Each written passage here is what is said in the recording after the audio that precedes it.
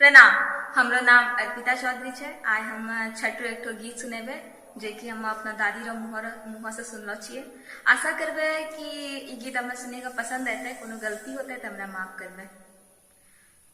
अंगनानी पैतो दीनानाथ विलंबो नाही भेल, तोहारा से बताओ दीनानाथ पंजरा शेष, तोहारा से बताओ दीनानाथ पंजरा शेष।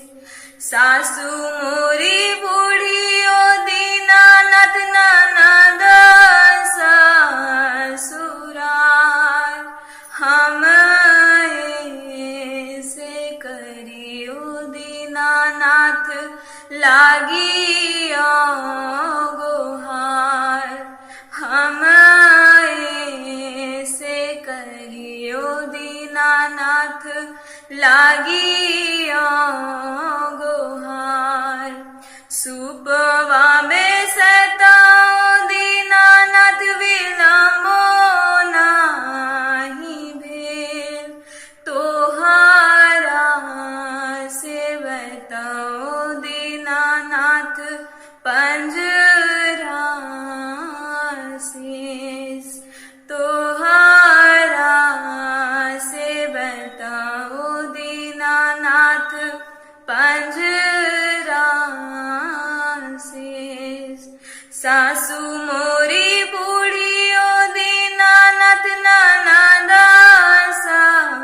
ससुराल, हम चील कड़ियो दीनानाथ लागियो गोहार, हम से करियो दीनानाथ लागियो गोहार।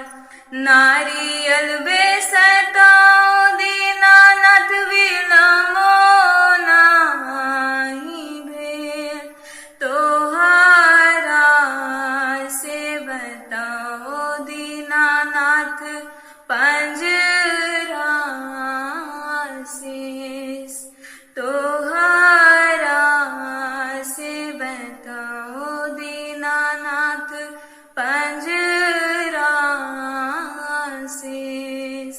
सासू मोरी बूढ़ी ओ दीनानाथ ननद ससुराल, हम से करियो दीनानाथ लागियो गोहार, हम चील कड़ियो दीनानाथ लागियो गोहार।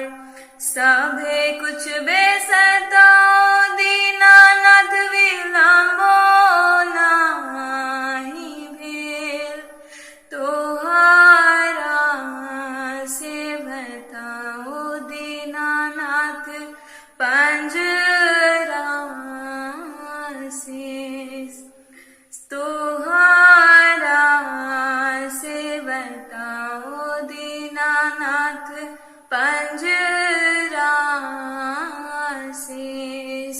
सासू मोरी बूढ़ी ओ दीनानाथ ननद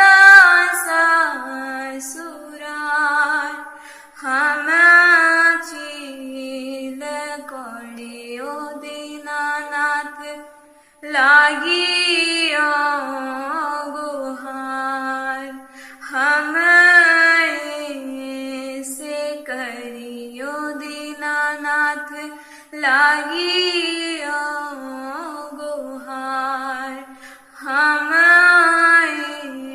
से करियो दीनानाथ लागियो गोहार, हम